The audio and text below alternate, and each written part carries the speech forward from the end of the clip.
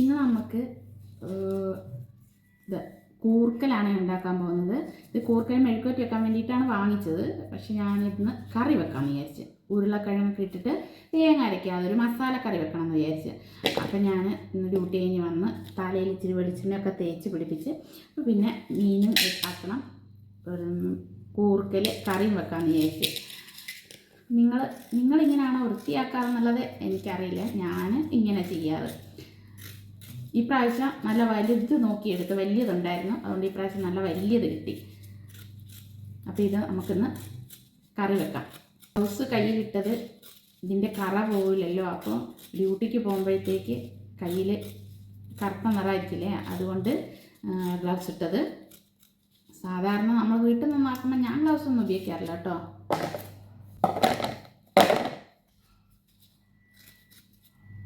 ഇത് എളുപ്പത്തിൽ ചെയ്യാനുള്ള മാർഗമുണ്ട്. ചാക്കിനകത്തിട്ട് അടിച്ചാൽ ഇതിൻ്റെ തൊലി പോകുമെന്നൊക്കെ പറഞ്ഞു. ഞാൻ പക്ഷെ അങ്ങനത്തെ ഒന്നും ചെയ്ത് നോക്കാറില്ല. ഇത് ഇങ്ങനെ തന്നെ ചെയ്യുന്നതാണ് എനിക്കിഷ്ടം.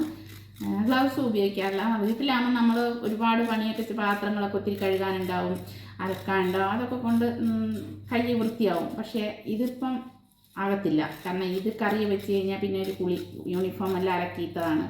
അപ്പോൾ പിന്നെ വേറെ ഒരുപാട് പാത്രമൊന്നും കഴുകാനുണ്ടാവില്ല, കയ്യിൽ കറ പോകത്തില്ല. അതുകൊണ്ട് മാത്രം ഗ്ലൗസ് ഉപയോഗിച്ചത്.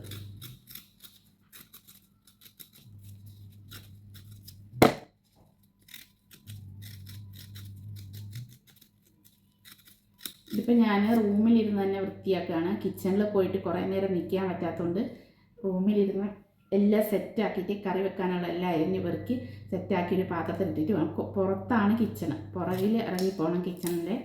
അപ്പോൾ അതുകൊണ്ട് ഇവിടെ നിന്നെല്ലാം സെറ്റാക്കി വെച്ചിട്ട് കിച്ചണിൽ പോയാൽ വേഗം പണി കഴിയുമല്ലോ. കാരണം ഈ ഫിലിപ്പീൻസും കെനിയക്കാരുമാണ് കൂടുതൽ ഇവിടെ ഉള്ളത്, മലയാളികൾ കുറവാണ്. അപ്പം അവരുടെ കുക്കിങ്ങിൻ്റെ സ്മെല്ലൊന്നും നമുക്ക് ഇഷ്ടപ്പെടത്തില്ല. തന്നെയല്ല കിച്ചണിൽ പലരും ചെയ്യുന്നതായതുകൊണ്ട് പിന്നെ ഭയങ്കര സ്മെല്ലാണ്. അപ്പോൾ പിന്നെ ഈ പണിയൊക്കെ ഇവിടുന്ന് ചെയ്തു പോയാൽ പിന്നെ നമുക്ക് അവിടെ പോയിട്ടൊന്ന് വേവിക്കാനുള്ള സമയം മാത്രമല്ലേ വേണ്ടൂ. അപ്പോൾ അതുകൊണ്ട് ഇവിടെ നിന്നെല്ലാം റെഡിയാക്കിയിട്ട് പോവാം. മീനൊക്കെ ഞാൻ രാവിലെ ഡ്യൂട്ടി കഴിഞ്ഞ് വരുന്ന ഉടനെ പോയി വെള്ളത്തിലിട്ട് വെച്ചിട്ടാണ് കയറി വന്നത്. അപ്പം റെഡിയായി കാണും. ഇവിടെ ഇരുന്ന് വീട്ടിലേക്ക് ഫോൺ ചെയ്ത് അതിന് തലയിൽ എണ്ണ പിടിപ്പിച്ച് എന്നിട്ടാണ് ഇപ്പോൾ ഇത് ചെയ്യുന്നത്. എല്ലാം കഴിഞ്ഞ് കുളിയൊക്കെ കഴിഞ്ഞിട്ട് ഉറങ്ങണം. അതിൻ്റെ ഇടയ്ക്ക് ചായ കുടിക്കണം. ചായ ഒന്നും കുടിക്കണം.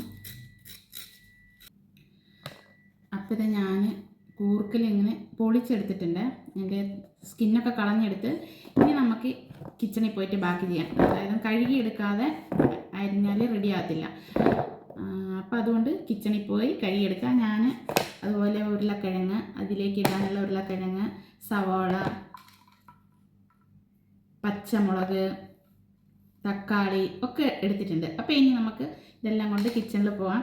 പിന്നെ മീനിന് വേണ്ട ഇഞ്ചിയും വെളുത്തുള്ളിയൊക്കെ റെഡിയാക്കി എടുത്തിട്ടുണ്ട്. അപ്പോൾ ഇതൊക്കെയായിട്ട് നമുക്ക് കിച്ചണിലേക്ക് പോകാം. അപ്പോൾ ഇതാ കൂട്ടുകാരെ, ഞാൻ കൂർക്കൽ കറി വെച്ച് അയല വറുത്തു. പിന്നെ ഇന്നലെ പുട്ടുണ്ടാക്കി വെച്ചിട്ടുണ്ടായിരുന്നു, അതും കൂട്ടി ചായ കുടിച്ചു. അത് കഴിഞ്ഞ് റൂമിൽ വന്ന് റൂം ക്ലീനിങ് ചെയ്തു. പിന്നെ ഇതാ അപ്പോൾ കുളിയൊക്കെ കഴിഞ്ഞ് വന്നു. ഇനി ഒരു വീഡിയോ എഡിറ്റ് ചെയ്യണം, യൂണിഫോം അയൺ ചെയ്യണം, അത് കഴിഞ്ഞിട്ട് ഉറങ്ങണം. അപ്പോൾ ഇന്നത്തെ വീഡിയോ ഇത്രയേ ഉള്ളൂ. Bye bye.